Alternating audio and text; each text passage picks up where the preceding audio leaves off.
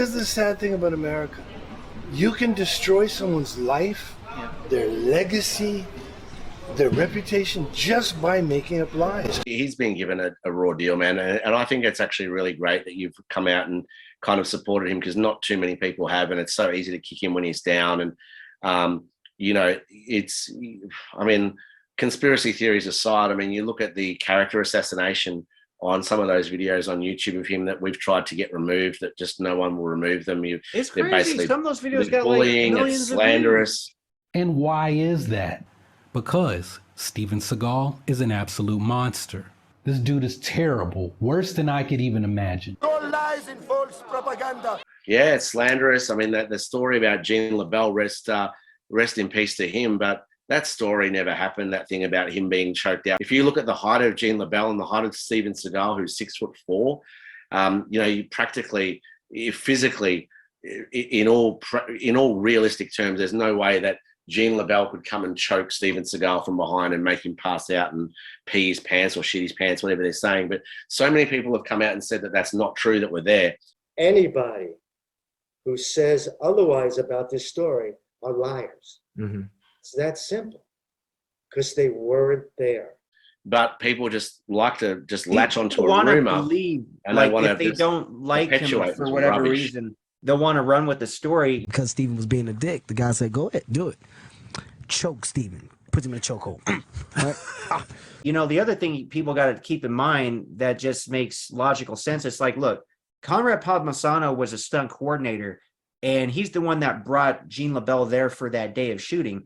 Now, if that happened, which it didn't, but hypothetically, Conrad would have been responsible. Why the hell would Steven Seagal continue to work with him like Under Siege afterwards? Yep. He wouldn't. There's no way in hell he would bring Conrad back on. If you look at my resume, you see how many movies I did with Steven Seagal after this incident.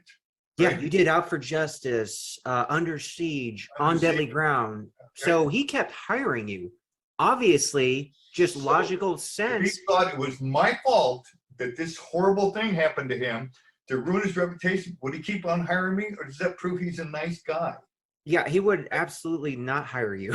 But he kept hiring you. So that's, you know. And I have to say in his favor, when people want to talk, is it real, is it not real? Just look at that alone. So just that logic alone is like, of course that didn't happen. Mate, the amount of things that don't make sense. It's like that lady, I can't remember her name, that was in Out for Justice, Juliana Margulies. Oh, she came out just a couple of years ago, right? She came out, right? She came out and said that Seagal wanted her to audition for him, or he tried to crack onto her or whatever. When I got to his hotel room, the casting director was not there.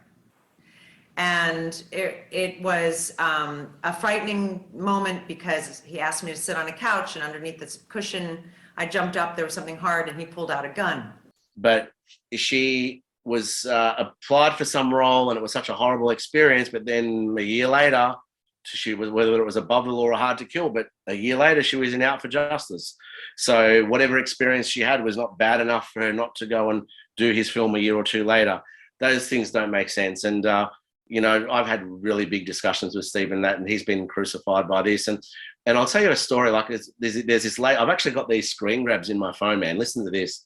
There's this lady that posted on Instagram that to me, it looks like around On Deadly Ground time, right? Mm-hmm. She was an extra or knew Steven, or somehow was involved with Steven, whether she was an extra on the set, whether she was a set medic, whatever it was. She posted on Instagram years before the Me Too movement, a photo of her and Steven, you know, in a helicopter, I think going to the set of On Deadly Ground. And she was raving about how sweet and how much of a gentleman Steven was. And yes, this is me with superstar Steven Seagal. How blessed am I? This whole post. Flash forward years later, she posts this same thing. I've never told anybody. Now I feel comfortable to come out with my Steven Seagal story. And this man was a pig, and this man was a this, using that same image. Now, when I found that, I scrolled down this lady's Instagram page and I messaged her and I said, you may want to delete the one that you posted 5 years ago when you're raving about how nice he is, because now you've come up with a completely different story. Look at this comment by Truth Seeker 2019, by the way. It says, what a difference 5 years makes. Here's February 22nd, 2013. A lady by the name of Ansel Lawson posted, "You never forget your first helicopter ride to set. Hashtag Steven Skull, hashtag helicopter." Flash forward to last week, and Anzu Lawson now has a lot more to say, claiming victim of the Me Too movement.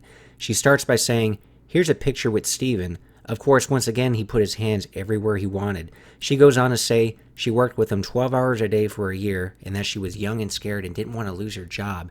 She then goes on to say that she deliberately put on weight so that she wouldn't be sexualized. Check out our Instagram pics to see how that's working out. We assume this picture is from On Deadly Ground in the early 90s. Did Anzu ever report her issues to the studio, producers, police, a lawyer, her agent? No. It seems she was that scared, see the smile on her face in the photo, that she kept it to herself for 25 years. Even 5 years ago, she was showing off about her helicopter ride to set with the star. When a keen observer asked her why the original post of February 22nd, 2013 didn't discuss Steven's behavior, the original post and image was quickly deleted, but not before we screen grabbed it. I hope by now people realize nothing ever truly gets deleted from the internet, whether Instagram, Twitter, etc. Like someone somewhere has screen grabbed it. Right. And that goes to show you just how these randoms just want their 15 minutes of fame. She didn't claim that she was abused or raped or anything like that, but she's like, she didn't want to miss out. She wanted her Me Too story. Yeah, well, you had a bad Steven Seagal story. Well, you should hear my Steven Seagal story. And it's disgusting. I collect those stories like jewels. Anytime there's a Steven Seagal story. All lies and false propaganda. But I feel bad for Steven.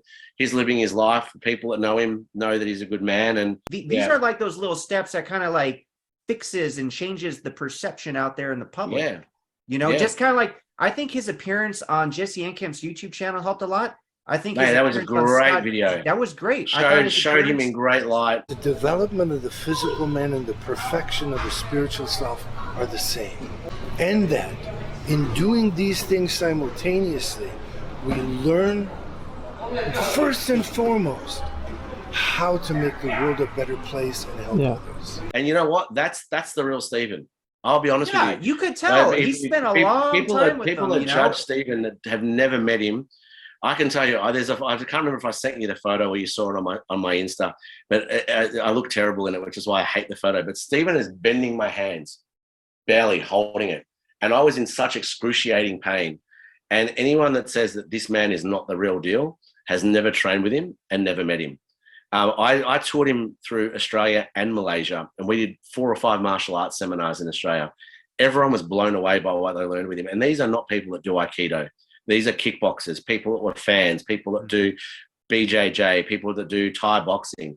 They just paid money because they wanted to say that they had been trained by Steven Seagal, and they were blown away. And the schools that booked him were hesitant, that weren't sure, said that's one of the best seminars I've ever had. And we had Dolph there and Jai White and GSP and Anderson Silva and Mark Hammer Castanedes, who's a good friend of mine, who has one of the best fighters gyms in Melbourne. Every time I see him, he's like, man, I still can't believe how good Seagal was. Like, that's cool, man. Like, I think Steven Seagal is a national treasure, man. I still see him like that, but other people are just like, it's almost like the Twilight Zone, right? It's like, and they just want to bag him. You know, and I know that everyone loved Hard to Kill growing up. Everyone loved Out for Justice. Everyone loved Under Siege. Everyone loved Above the Law. And you know what? A lot of his direct-to-video stuff in the last 10 years aren't great, but you know what? There's a couple of good ones in there. End of a Gun is decent. The last one that he did, what was it called? Attrition was really good, produced by Bay Logan. It was kind of Seagal's homage to that Grandmaster film. He's a big fan of Donnie Yen, and he's a big fan of the guy that did the Grandmaster film, and so that's why he was trying to do some of that Ip Man, Wing Chun stuff. And that's a great film. You know, it's got some good fights in it. Seagal looks good in it. It's a big budget, and it just couldn't get a proper release. Like, it's out there, you can buy it, but it's just. I have a copy somewhere in this stack of hundreds of DVDs. Yeah, but have you watched it? Have you watched it? Yeah, I did. Yeah, I mean, it's pretty good, and you know, it's no better or worse than a lot of the stuff that Jai White or Scott do in this day.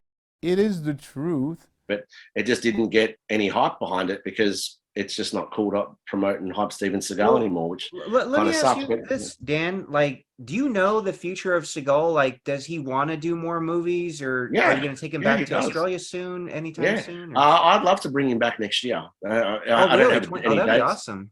Yeah, I don't have any dates in mind, but I'm planning on Cynthia in February. I'm talking to Don the Dragon Wilson at the moment about coming out as well. Dolph, I'm hoping to put an offer to him mid-year as well. So yeah, but Seagal's on the cards. I mean, But whether you it's said he late, still wants to do movies, right? yeah, he'd love to do films. And Yeah, he should. yeah. Yeah. So it's just going to come down to who else is in it, who's the producer, who's the director,